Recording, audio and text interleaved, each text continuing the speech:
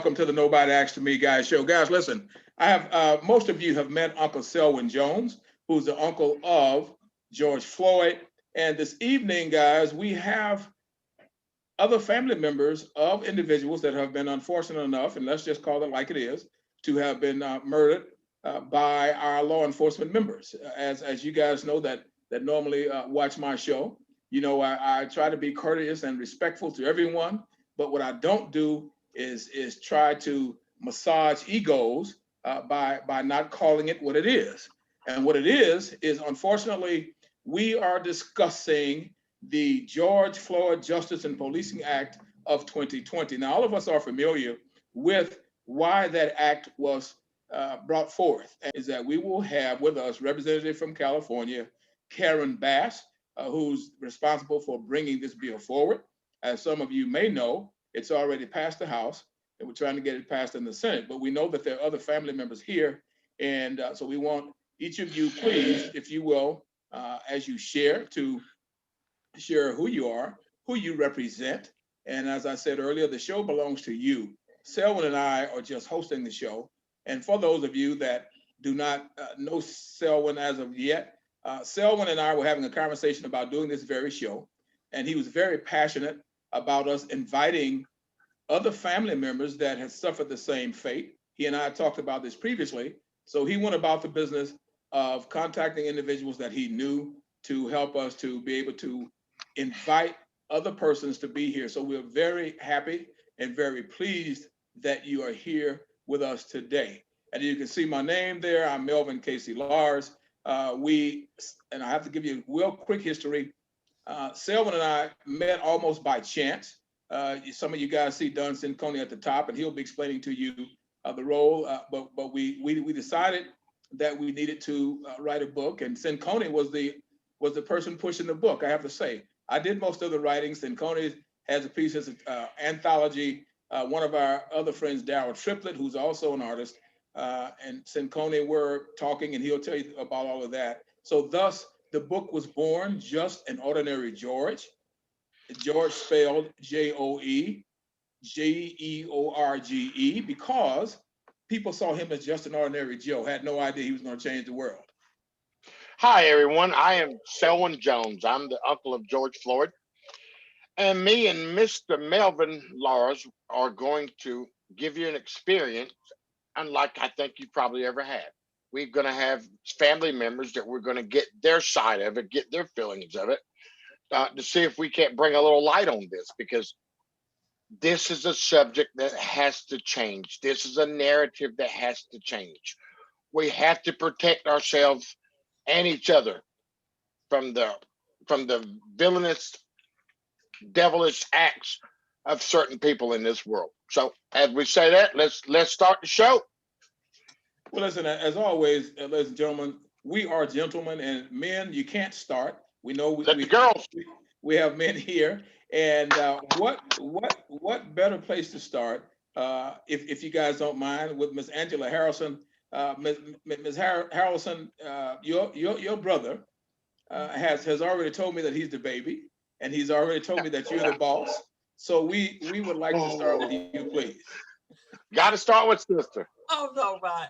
Well, I'm Angela Harrelson, and I'm George Floyd's aunt, and George Floyd's mother, we call her Sissy, is my sister, and we experienced this tragedy. Most people know May 25th, and it hit us hard. It hit us really hard, because even though we hear things, we heard about the Trayvon Martins, you hear these things and you cry, but when it hits to your family and hits much closer, it's a whole nother ball game. So we've been out here trying to have a voice for him, because, Perry's not able to speak for himself now. Oh, and by the way, you guys know him, the world know him as George Floyd, but Selwyn and I, we just know him as Perry, Perry. And we were all originated, mother from North Carolina. We didn't have anything. Our parents were mostly sharecroppers, and a lot of young people don't know about that, but sharecroppers is, you work on people's land, you don't own anything. And my parents never owned anything. They feared a lot of the Caucasian race because of the way they were brought up. And we had it tough. We had the pump in the well. We didn't, we had the outside toileting, and we experienced heavy racism, especially the males in our family. And we grew up with all of that. And so that was in the 60s, 70s, 80s, 90s. Racism just kept going on and on and on. And I live here in Minneapolis. And when it hit here, May 24th is where I live at. And Perry, he was my only family here. It was very difficult. It was very, very difficult. Well, words as far as individuals on the outside will never suffice. We like to say things like condolences, in which, please allow me to say that to each and every family right now. It's condolences, and then we pray for your loss and all of that kind of thing. And I venture to feel very strongly that 99.9% of us that say that are genuinely sincere.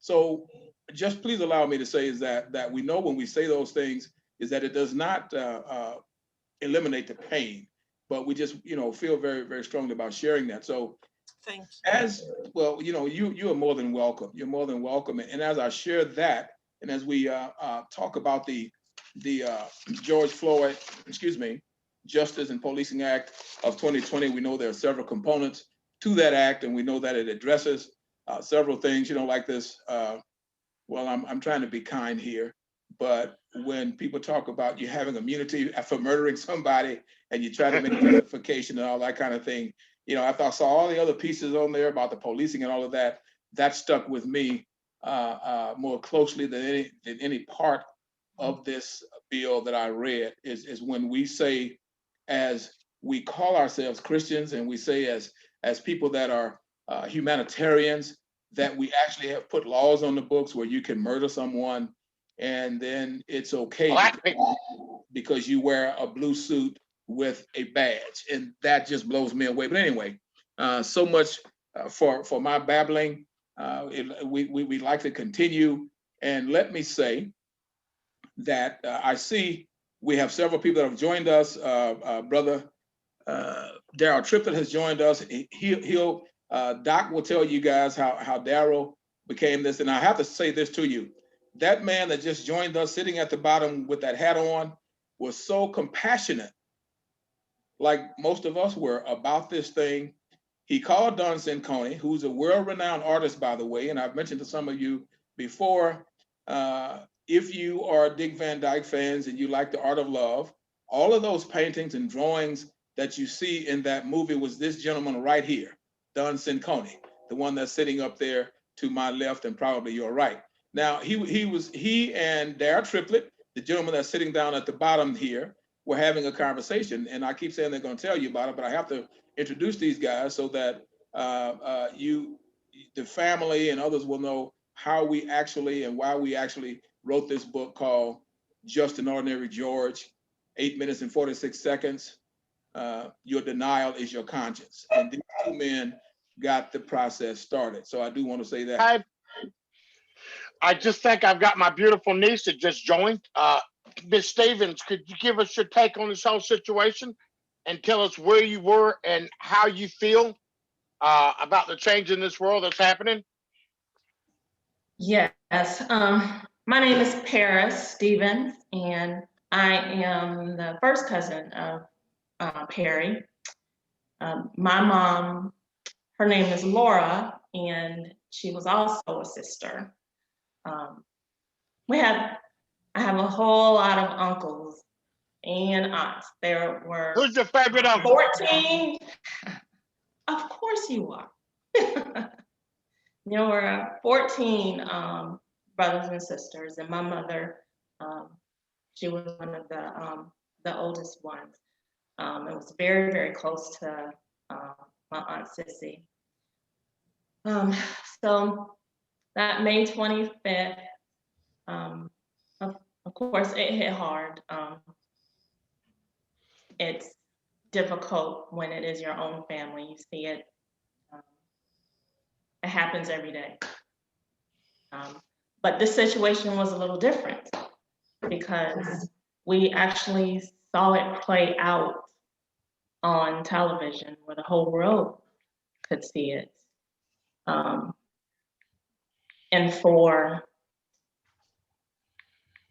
people try to justify why someone would kneel on someone's neck for 8 minutes and 46 seconds is beyond me. And then come up with a charge of second-degree murder and trying to prove an intent when you can actually see it happening in front of you is just unbelievable. So it's different because it's not just me or you, a civilian to civilian, it's a cop. And when you have someone that's in an authoritative role, you know, your position changes on how you're going to react. And Perry was humble. He didn't try to resist, which I know he could have, but you know, he didn't. And when you're in an authoritative role and you're supposed to be serving and protecting, things like that shouldn't happen. But it happens all the time, all too frequently to people of color. I don't see this happening to those who are not of color. So this policing act is very important, and it covers a rainbow, a horizon of things that should take place. Racial bias, to me, is one of the things that I think really needs to be addressed with the immunity. I feel as if you're not racially profiling, then you won't be so offended or apprehensive when you come into contact with someone of color. I have so many different emotions with this because it's still happening. After Perry has passed, it's still happening. And we still try to justify why it's happening. And there's no justification. I feel that when you're in this authoritative role, you should be held to a higher standard. So I don't understand why we have to cuddle officers. They should be treated just like a civilian, or even worse, because you're in an authoritative role and you're supposed to be protecting and serving. So that is my take. One, if you don't know this is the world-renowned Andrew Stroh.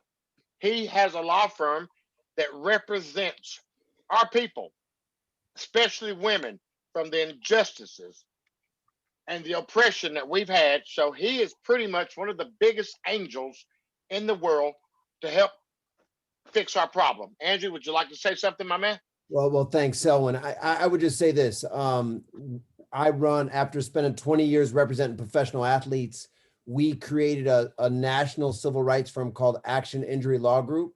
And we represent about 50 families nationwide whose sons or daughters have been killed by the police. We don't go on TV and promote who we are or what we do.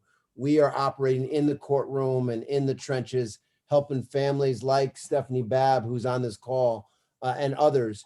So if you look at actioninjurylawgroup.com, you'll see what we do.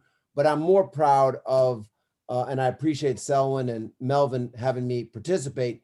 If you look at truthhopejustice.org, truthhopejustice.org, that is our national advocacy platform for mothers and families who have lost loved ones to police violence, because every mother that comes to us, we can't bring their son or daughter back. But I've told every mother that we represent, if you mobilize, come together and lift up, and I will tell you this, the George Floyd Justice and Policing Act is the most comprehensive legislation. Like, you can march, you can protest, you can go on TV, you can do all that. But if you want to save lives, Black lives, brown lives, white lives, and police lives, you need to support the George Floyd Justice and Policing Act. And with what's going to happen January 20th and what's happening with the Congress and Senate is now we have an opportunity truly to pass the George Floyd Justice and Policing Act, because every time I get a call from a mom, it's too late because someone has been killed. And so we're partnering with Selwyn and Melvin, and then we already have a group of 1,000 mothers across the country who've lost loved ones. So if you look at, if you just look at truthhopejustice.org, that's our mission, that's our vision. And if we can help any family, that's what we want to do. We're not chasing money, we're not chasing lawsuits, we're chasing advancing justice in America. That is a boss man. That is a boss man. Thank you very much, Mr. Andrew. Thank you. Stephanie Babb, I would like to introduce y'all to, we talk about African Americans and people of color getting slayed. Well, this young lady that's coming up is Miss Stephanie Babb out of Oregon. And her brother was put in a situation that all of our family members was in. Besides, he's Caucasian. Stephanie, would you come forward and tell us how you feel, Mama? Hey, so, first of all, I'd like to say I'm really grateful to with y'all, and knowing that what brought us all here is the most important thing. Andrew, I didn't know you were going to be here. I've just got to say, I am so grateful. Andrew took our case and came out, and like you said, it's not about the money or anything else. And that's what was so important to me about my family, was that Andrew represented us, because as we know, family members are not considered victims in the eyes of the law. We're not treated, we don't get compensation, we don't get counseling, we don't get court liaisons. In fact, we're criminalized no matter what color you are. Now, having said that, my brother, we went through trial in February and we lost. I wasn't that surprised. Qualified immunity. It's like Andrew said, that they had set up their defense on appeal. Like if we were to go to appeal, it would be about qualified immunity, and that just sets the precedent that nobody, you know, the cops are going to get away with killing our loved ones. We kill with immunity. But like I said, having said that, it wasn't until Perry was killed that I actually had hope for the first time in a long, long time, when Black Lives Matter started. And that's the primary here. And I know that. And I know that because these families, this is a Pacific Northwest Family Circle. These are our family members who were killed by police. And that's just in a small area, and mostly Portland, Oregon, and around there. And there's so many people that have been killed. And Black Lives Matter has made this a worldwide issue. Nobody listened when my brother was killed or anything else. Thank you, Andrew. I swear to God, my heart just goes out to you for doing what you did for my family. But this is the bigger issue. This is the bigger issue. Police brutality is just a symptom of what Black Lives Matter is showing. And I know that in the history behind why we even have police, and now they're militarized, everything else. I'm on the legislative directive task force for Pacific Northwest Family Circle. I've been on a worldwide podcast for the last like over a year, I want to say. Issues Today with Curb and Julian out of Coventry, England. And we set up a platform for families, but there's that to tell their side of the story, because we do get silenced. And that's not okay. That's not okay. And that's what George Floyd and that story did for all of us, for all the family members across the United States who have channeled their grief into activism. You gave us a voice. He gave us a voice. And there's no amount of how much we're all grateful can say I am. And then, you know, I mean, wow, that blew me when he texted me. He's like, I'd like to be on your podcast. And I was so touched and so moved. I'm still amazed, but thank you, Selwyn, for that. I really, really do appreciate that. And Melvin, what you're doing, this is fantastic, because people need to hear our stories, you know. Yes. That's all I got to say for that. But. Well, listen, if you guys will, we also have with us this evening Nan and Chris Parsons, and they have a group called Action Ridge to address exactly what we're talking about right now. So Nan and Chris, will you share with us, please? Hey. Hey, it's your buddy, I Selwyn. forgot to unmute. Thank you so much.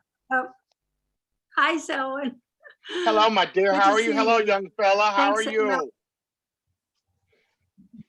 We're fine. Thank Getting you. older. Thank you for asking. Hey, How are you?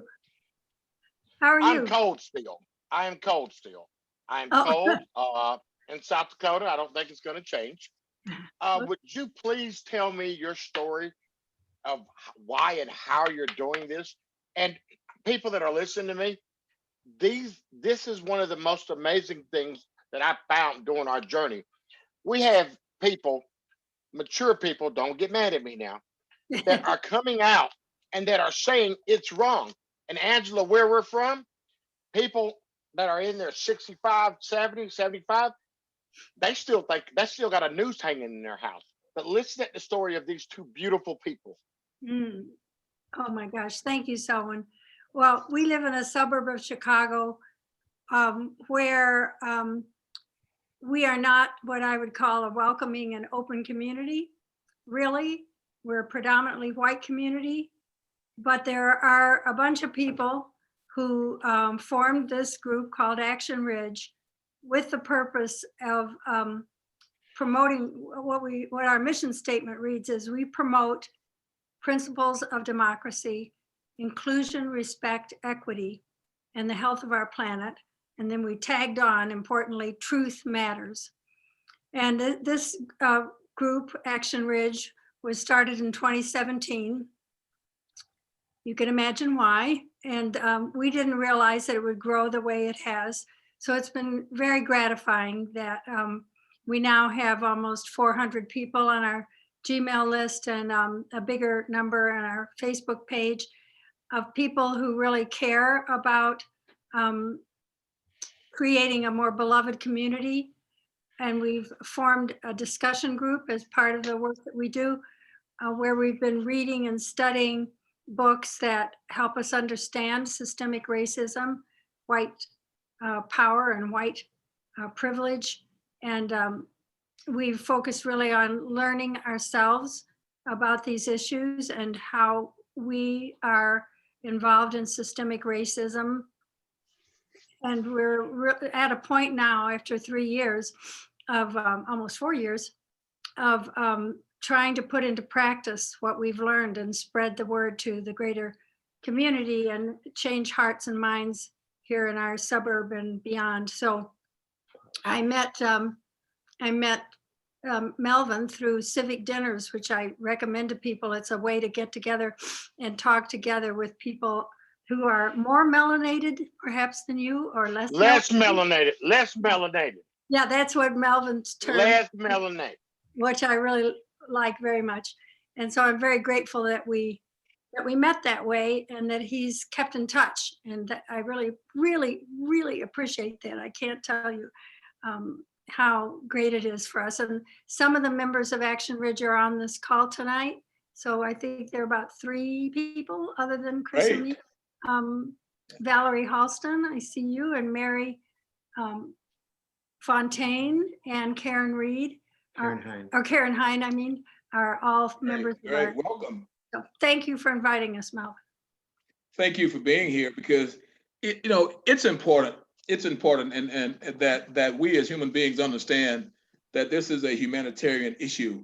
And until we embrace that and understand very simply that when we have to be honest. We all are aware that we have sadly 2 Americas when it comes to justice, when it comes to advocacy, when it involves people of color.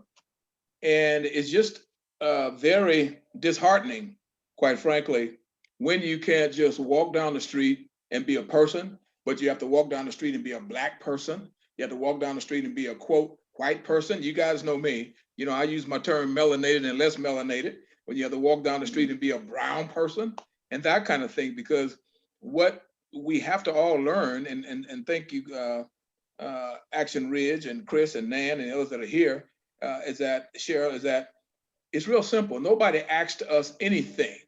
And I always challenge people with that simple statement and that simple question. Nobody asked any of us before the fertilization process took place.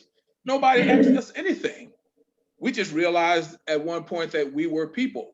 We don't get to choose the region that we're born. We don't get to choose our hair color, our eye color, our skin color, our height. We get to choose nothing. Yet we are somehow judged by other individuals that did not get to choose either.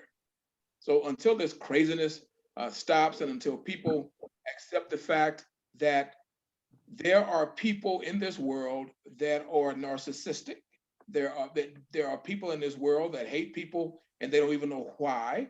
There are people in this world that, for whatever reason, think that they invented earth, they invented soil and grass and water. So until we just get a grip on ourselves and stop the craziness, because one thing is sure, history has shown us that the bullying is not going to work.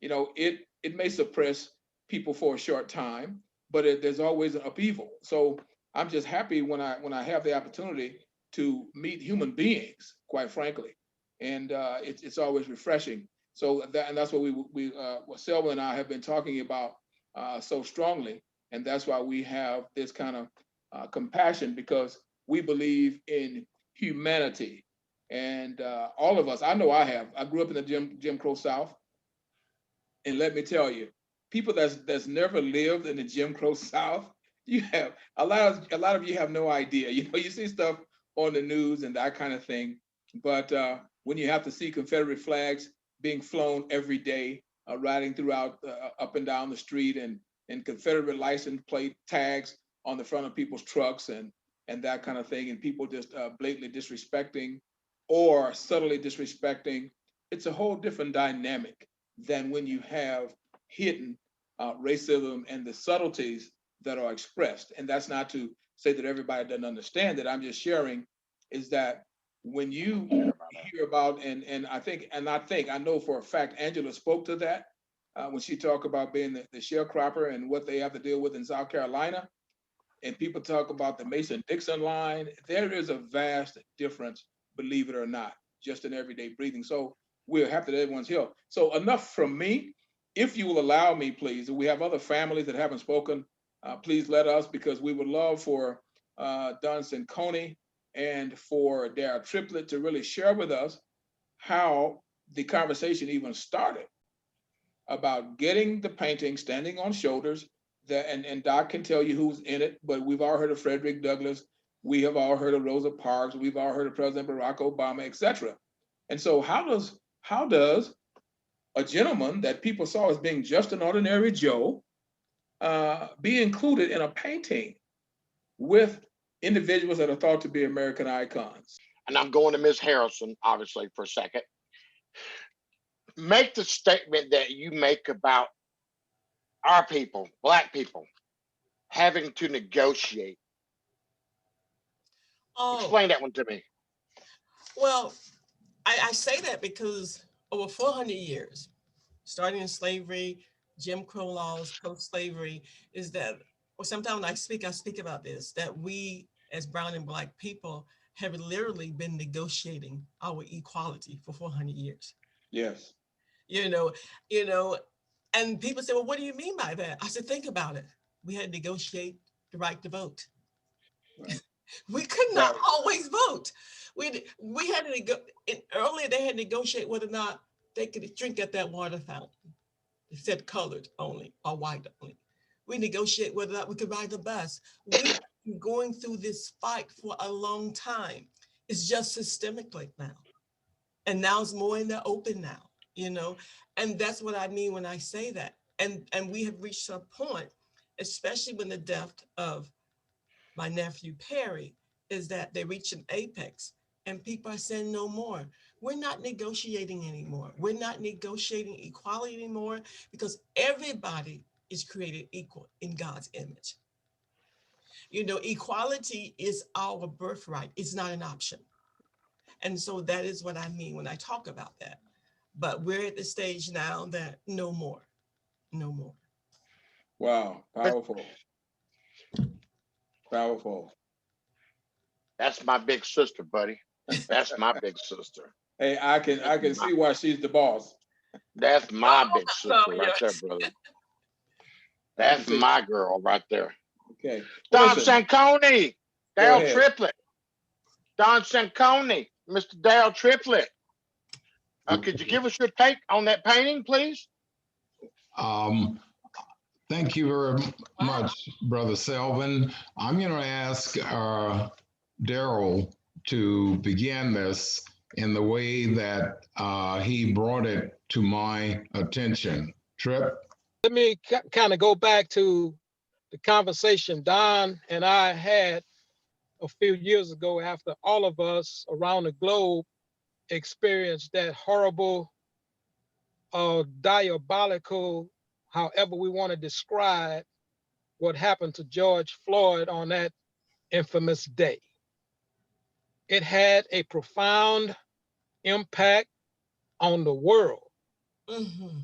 I traveled to Europe in 2018, I think it was, and I keep up what's going on around the globe.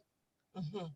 And most people don't know the effects that that incident had on the world, not just in America, but statues and racist monuments came down all over the world, in Helsinki, Finland, and France, in Northern Europe.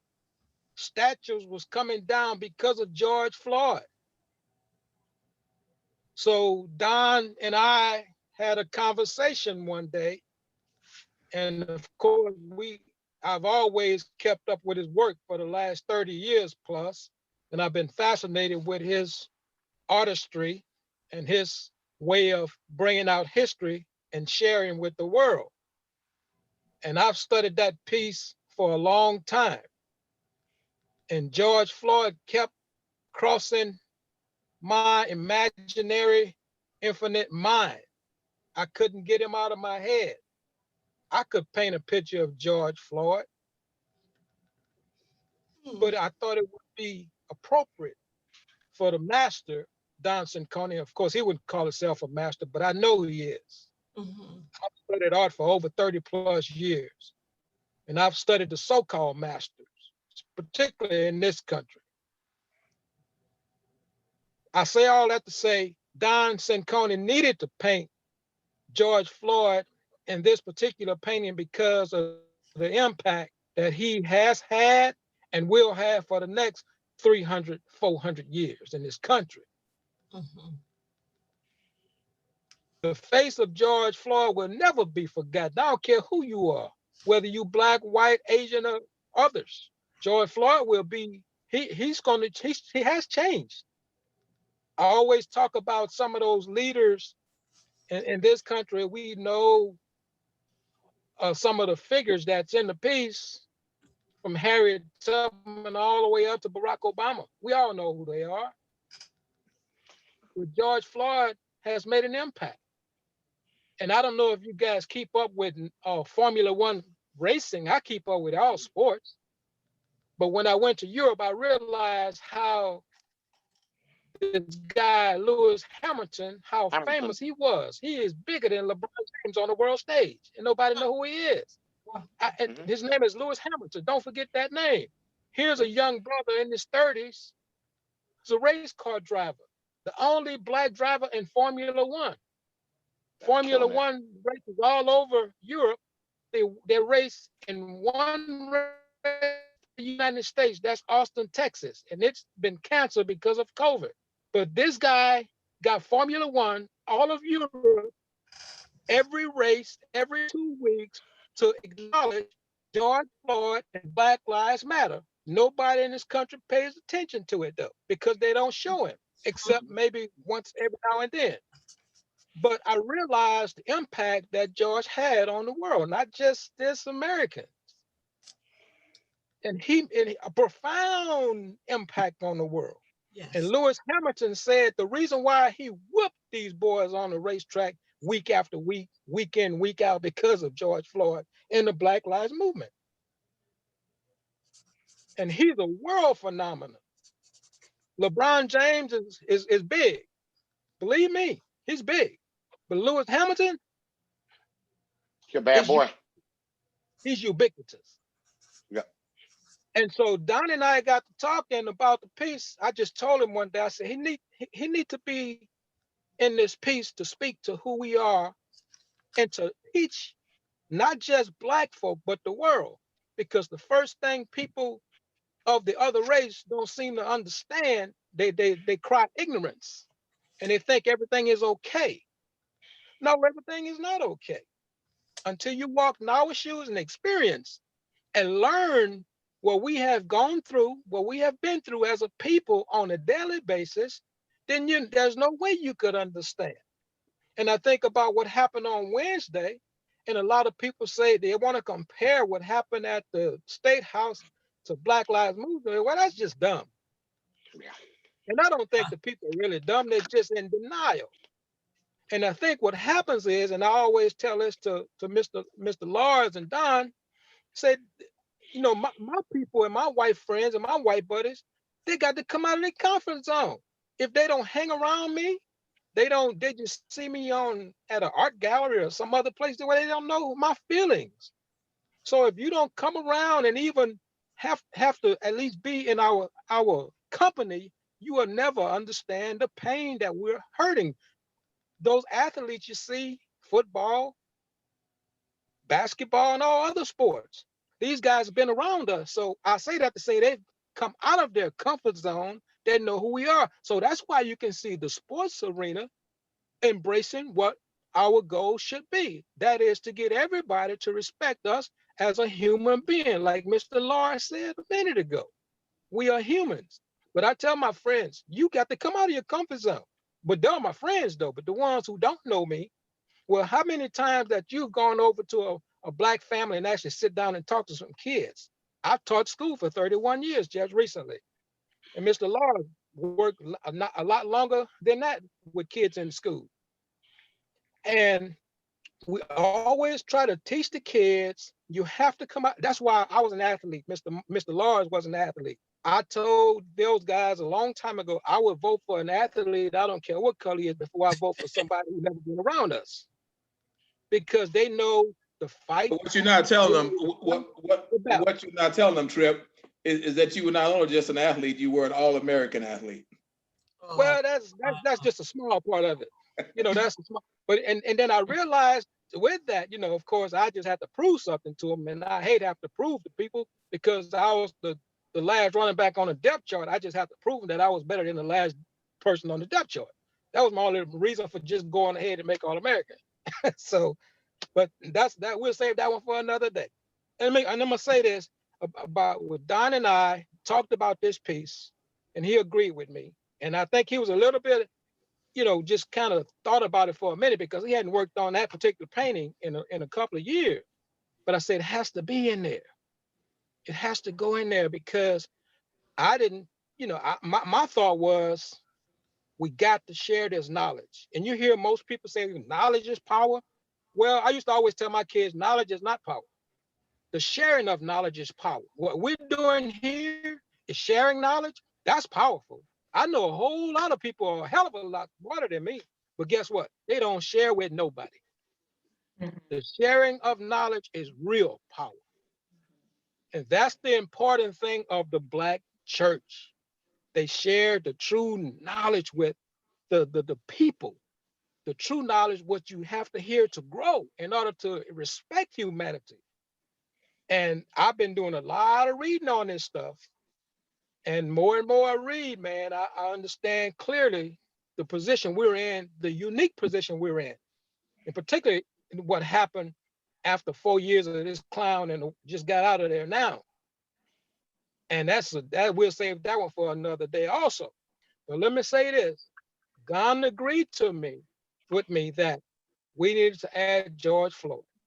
And after some conversations he and I had about this thing, and looking back on it now, we made the right choice. So it just came about through conversation.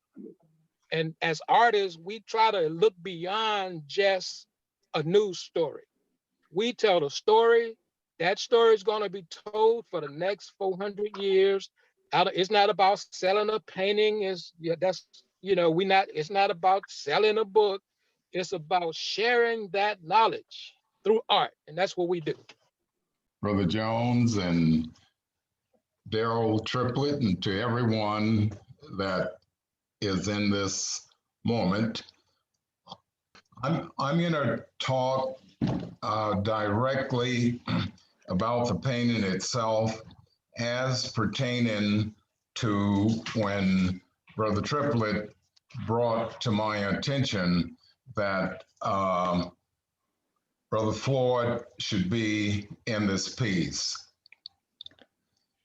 I think possibly where I should start this time talking about this painting. And every time I talk about it, it's different than the last time that I spoke of it.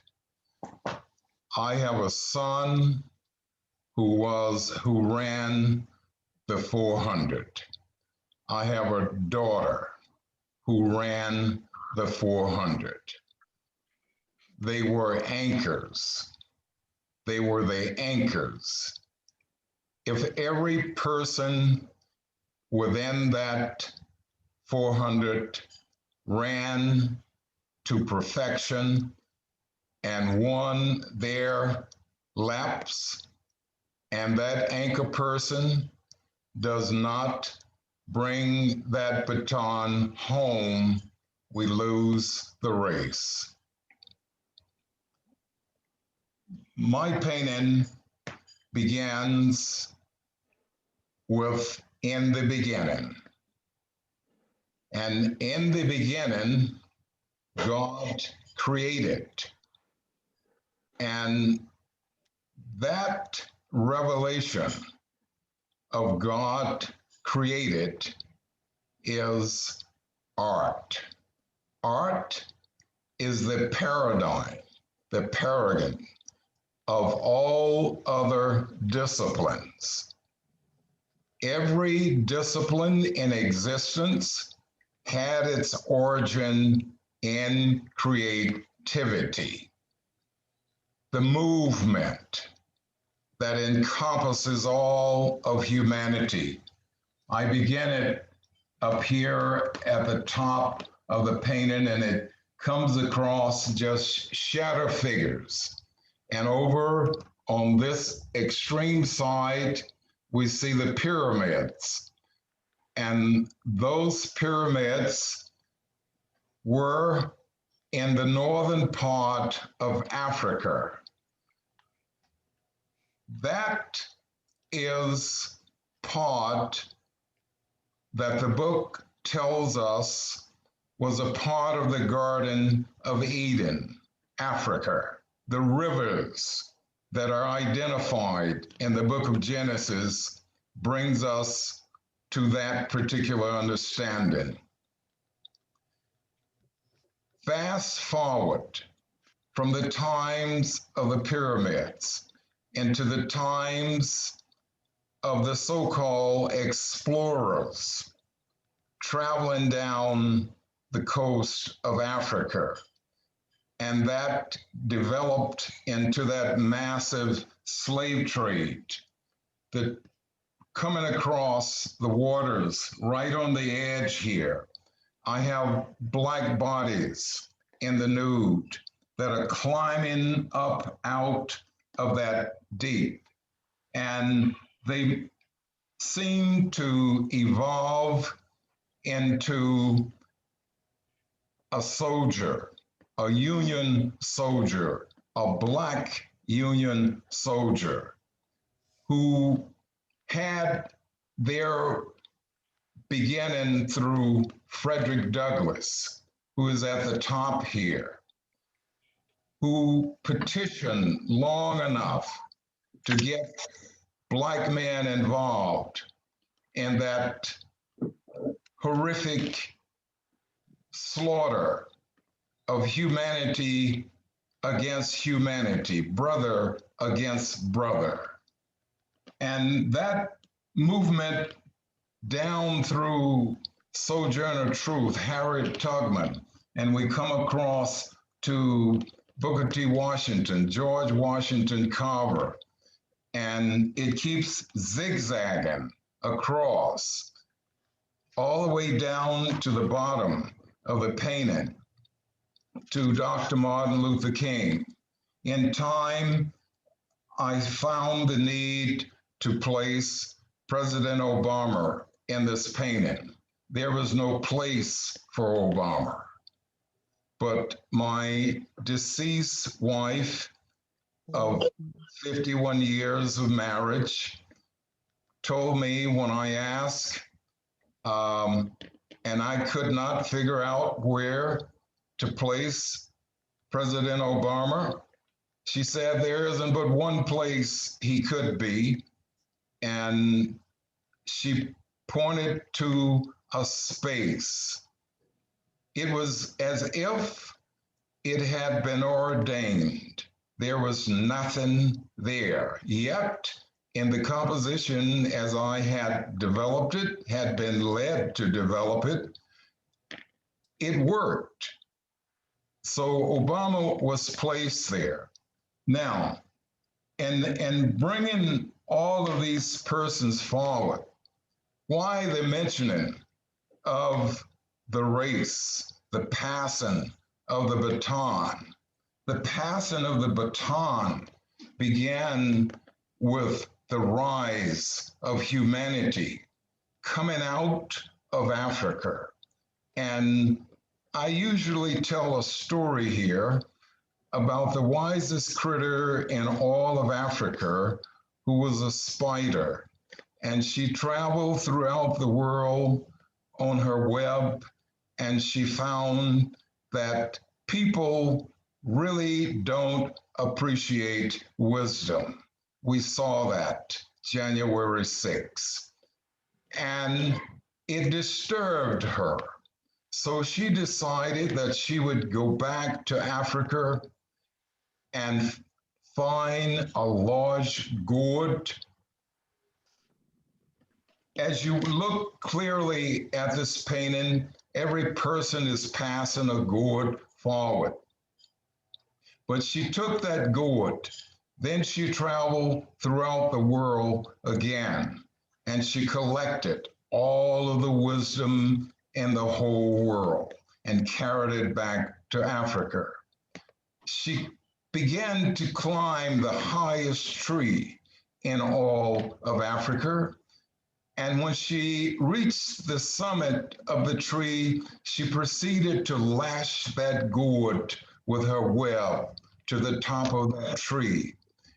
Before she could get the job completed, strong winds blew the gourd out of her grasp. It slammed against the face of the earth and was blown once again to the four corners of the earth. Historical evidence shows us that wisdom rose out of Africa and spread it to all parts of the world. The baton, the race, running this race. Each of us are born in a cycle of time.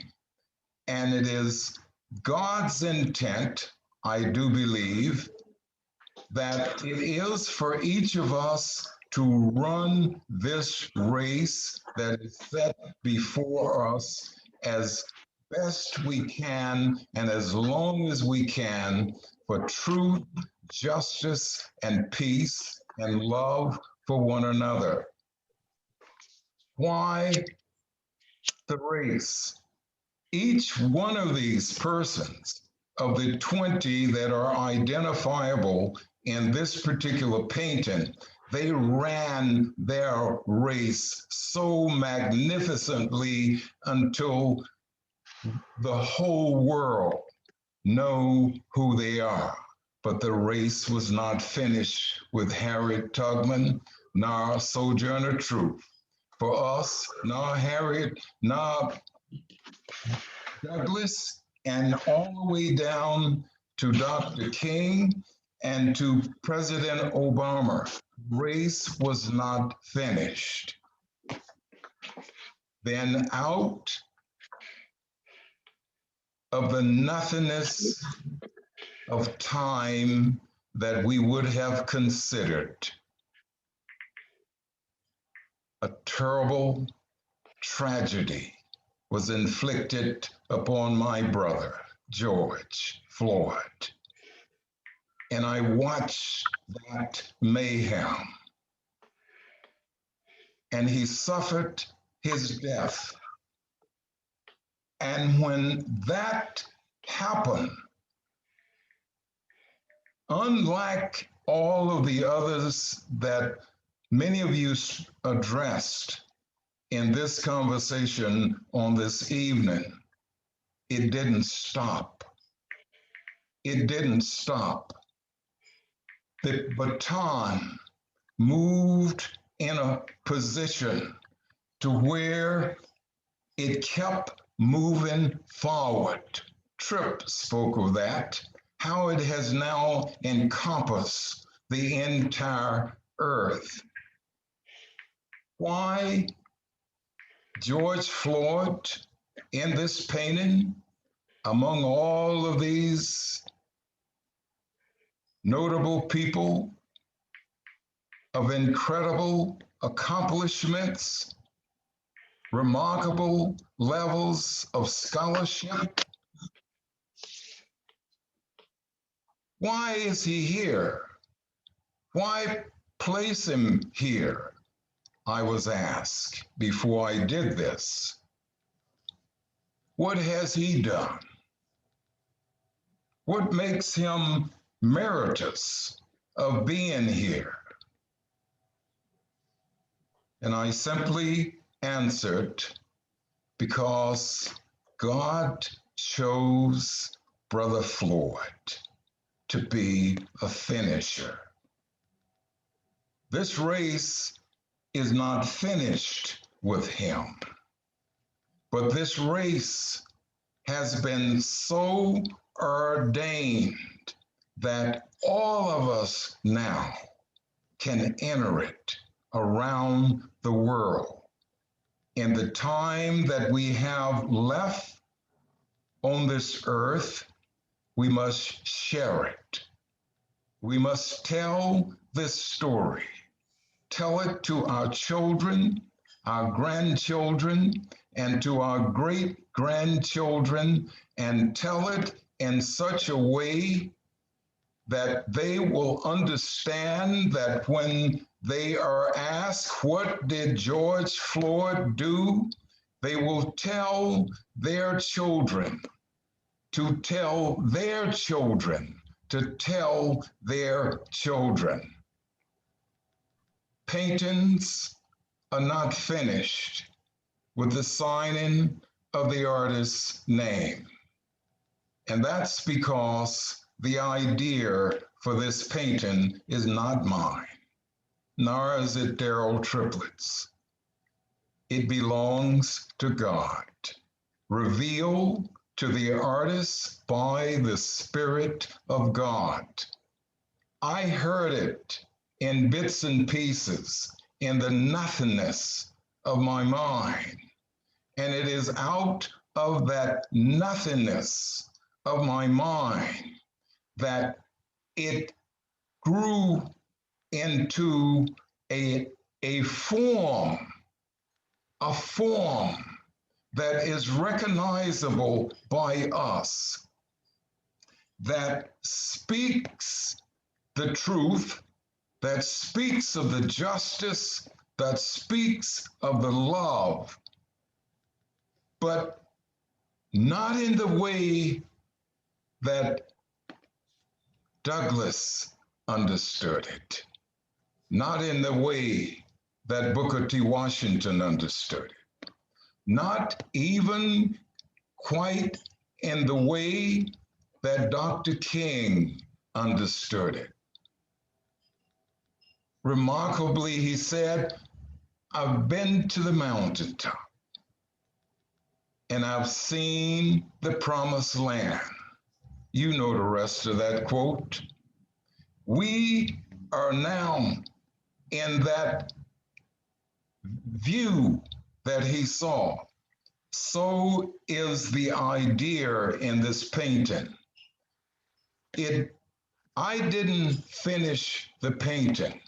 I can't finish it. The painting finishes itself. And when I no longer work on this painting, then the message that has been given to me, as well as Triplett, is not the message that you are receiving.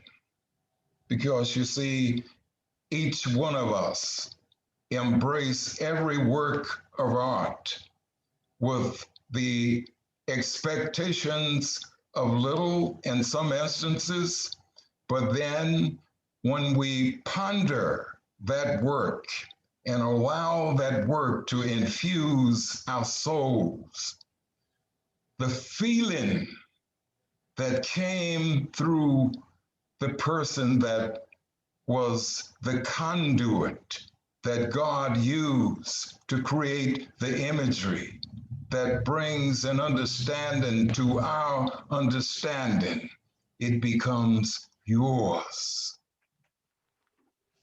Pass on the baton. Thank you.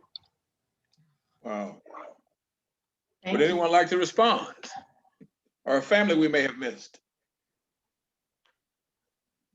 I was trying to look, and you said you want to put the his picture in there, but I couldn't see that, and I didn't know if I missed something. So where at would he be placed in that photo, in that beautiful work of art that you've done? Doc? I'm going to move it down, and maybe you'll be able to see. Okay. How well are you seeing? It's beautiful. Okay, and Brother Floyd is over there on the extreme left Oh hand. yes, I see now, right there. Got it. That's just Okay. amazing work. You know, I want to say this has been an honor and a pleasure for all of us, for you guys to have us here.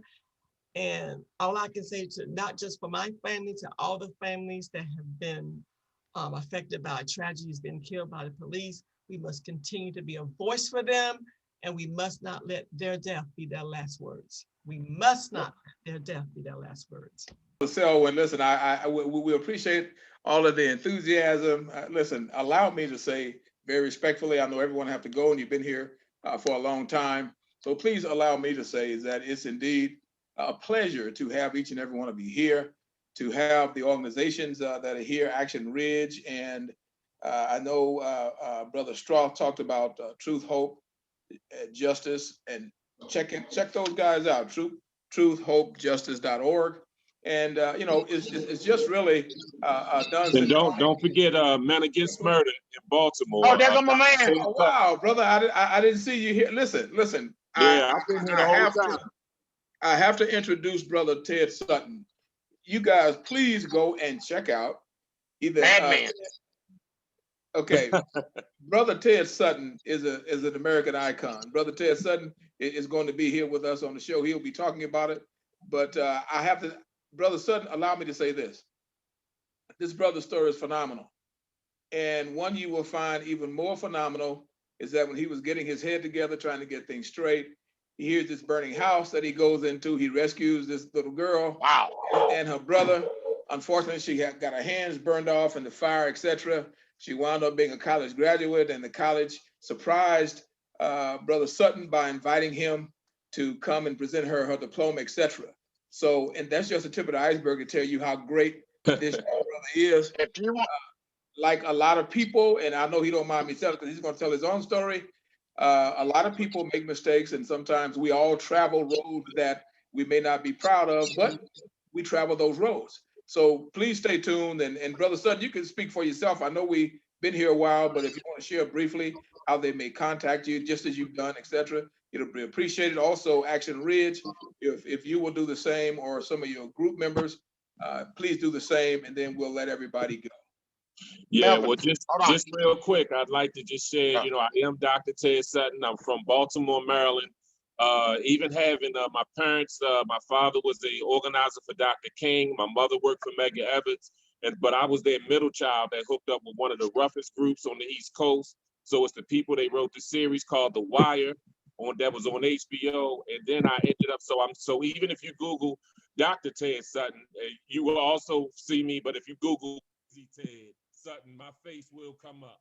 And so, but I ended up changing my life and focusing on trying to help people to change their lives. So I actually help young men to get out of gangs all around the country and around the world.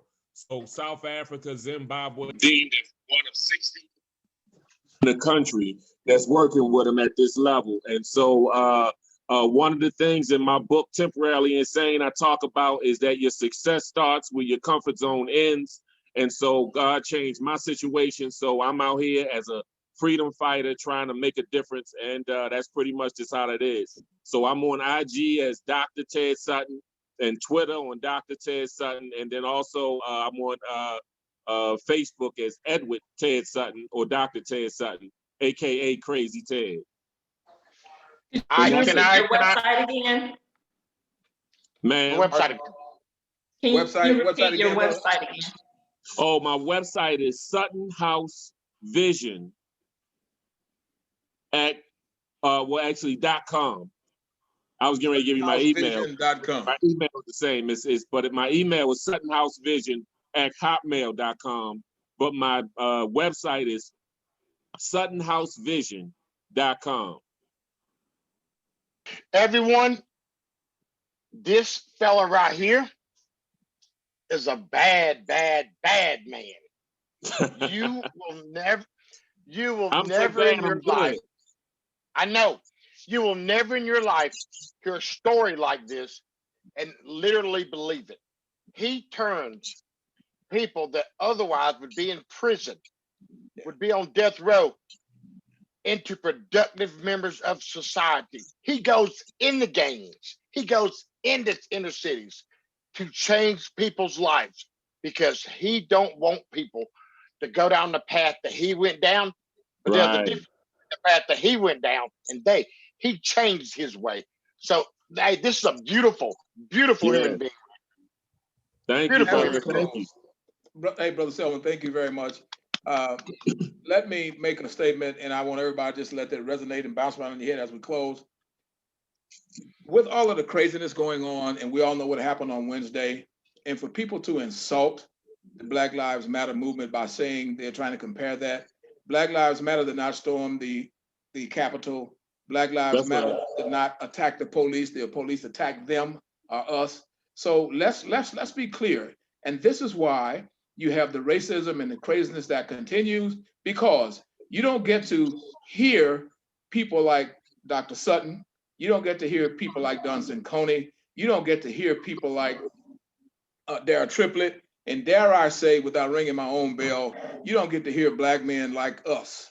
You get to see the guy out there that the media wants you to see.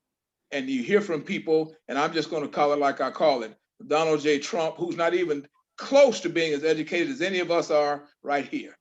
The man's a criminal. I don't care how you feel about it. We're just going to call it like it is. But he can be president, but we can't even get decent jobs just because if we express our opinions. So understand the breadth and brevity of what we are discussing as we are talking about the George Perry FLoyd Justice in Policing 2020. I, like many of you, probably have many people that are in law enforcement in your families. We're not, no one is anti-policing. We are anti-murder. So let's call it like it is. And when you insult Black people and talk about Blue Lives Matter, there are no blue lives. there are black, brown, white people, etc. Blue is the color of a uniform.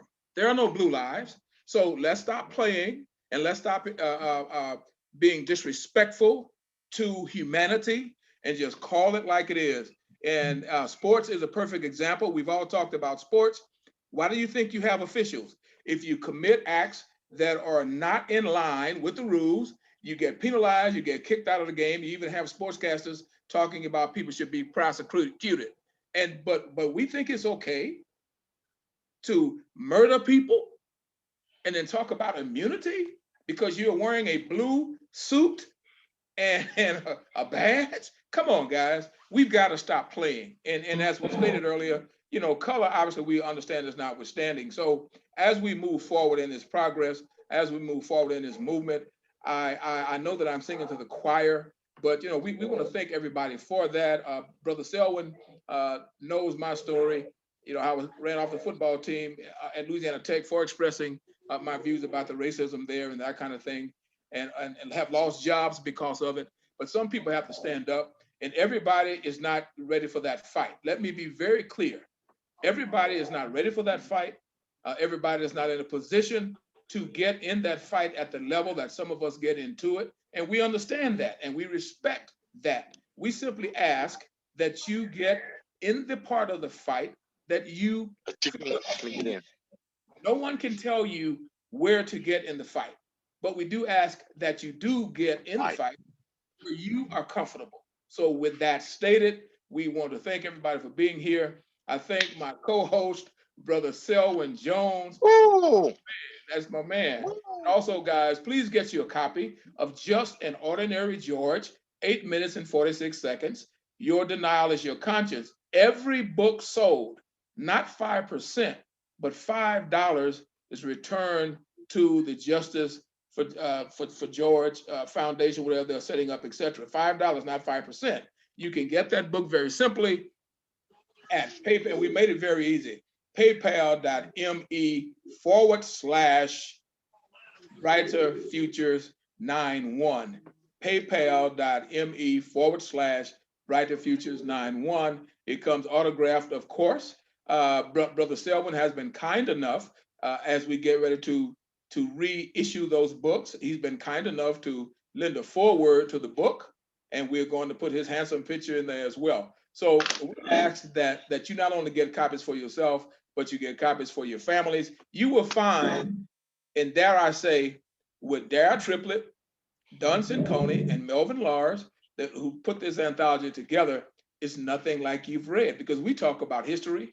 It's very pictorial. We have a lot of paintings in there from Don Cincone, from brother, Triplett, and a lot of words. As you can tell, I talk a lot, but I tell you what, you will find out that it's greatly researched, and you can fact check. Let me say that. You can fact check everything that we have in our book, and I guarantee you, you will find it. Even to the point where I want to make sure that we put in there is, when did people become white? That's even political. And most people don't even know that. And we gave you references on where to find that. And we, you know, so it's just a lot of things that's in that book. It's very short. It's only 150 plus pages. And we want to encourage you to do that, is because until people start to understand humanity, until people start to understand that no one owes anyone any explanation for existing, unless, of course, they are your creator, whomever that may be. So we are very grateful that you're here. We, again, allow me to thank Brother Selwyn, because Brother Selwyn could have been very selfish and just say, hey, man, I just want to do this for myself. But that was not his MO. He was concerned about getting everybody involved and inviting other families. And Miss Angela, please let me say on air in front of everybody, is that Selwyn adores you. He knew he better not try anything without inviting you in Paris. So let me say, so guys, listen, it's been great. This is the Nobody Asked Me Guy show. Normally we broadcast every Friday night, 7:00 p.m. We have professional athletes, we have actors, we have educators. My show is an educational variety show. You know, sports is okay. I dabble a little bit in sports myself, in the NFL and that kind of thing. I was a former Raider, I'm almost embarrassed to say, and a former Houston Oilers, etc. However, my biggest accomplishment was being a high school principal and working and helping to change the lives of young men. So thank you for being here. Please stay in touch with us, the Nobody Asked Me Guy show, or you can use my personal email at the alphabet A, the words brighter future, brighter like the sun, future, 91 at gmail.com. A brighter future 91 at gmail.com. So again, guys, it's been great. We want you to stay in touch. We will stay in touch with you. So have any notes, anything you'd like to send, please send them to that address. Brother Selwyn, any closing statements, sir? Thank y'all for participating. God, I love you all. With everybody sticking together, we will and we can make a change. We just got to keep the good fight. And my last words, Don Cincone, I will see you soon. It's a wrap. I'm out of here. The gumbo is waiting. Get it, baby. Get it. Have a good night. Let's go. Bye, everyone. Bye.